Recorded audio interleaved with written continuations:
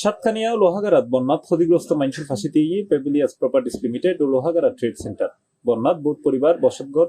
খাদ্য মজুত ও জীবিকার অবলম্বন আর পানি নামি গেল এখনো স্বাভাবিক জীবনত ফিরিত না পারে বোধকাই এমন পরিস্থিতির চাইল ডাইল তেল আলু লবণ সহ নিত্য প্রয়োজনীয় খাদ্য সামগ্রী তুলে দিবার পাশাপাশি নগদ অর্থ সহায়তা প্রদান করা হয়।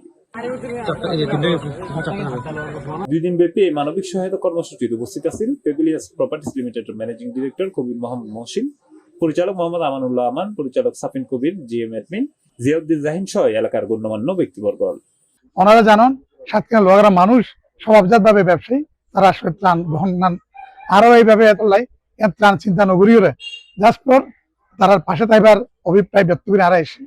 এবং ওনারা জানান দা যে পানি মোটামুটি নামে গিয়ে এখন বিভিন্ন জায়গায় তারা কল দিতে তারা রান্না করতে চান দীর্ঘ সময় আসলে তারা প্রতিকূল অবস্থা থাকবার কারণে এত টিয়া বসেও নেই এত নারা এক সপ্তাহ মিনিমাম সপ্তাহে 10 দিন একটা পরিবার হাইফারের মতো এনে তারা লাই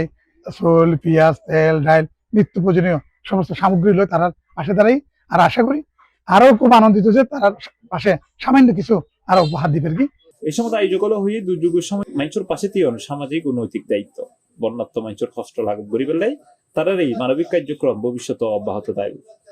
এই ধরনের যেহনই মানবিক বিপর্যয় ঘটিব তারা পাশে থাকবে বলে আরো হয়ে এত আমি আবারও পেভিলিয়াস প্রপার্টিজের ধন্যবাদ জানাই এবং এবার সত্ত্বাধিকারী কবির মোহাম্মদ মহসিন আমি ধন্যবাদ জানাই আর পুরো সাতক্ষীরাবাসী পক্ষ সাতক্ষীরা ইতিহাস যে এই এত বড় ভয়াবহ বন্যা আইন দেখি হয়তো বা আর বাজারে দেখি কেন জানি এখন আর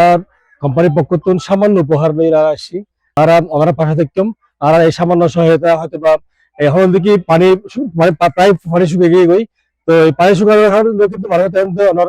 এই খাদ্যদ্রব্যের পাশাপাশি মানুষের ওষুধের প্রয়োজন, মানুষের ওনার বাসস্থানের প্রয়োজন আর যারা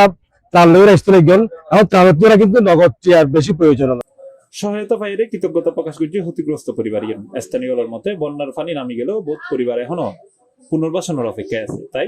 দীর্ঘমেয়াদী সহায়তা ও পুনর্বাসন কার্যক্রম জোরদার করিবার দাবি জানাই তারা। C plus TV, Chittagong.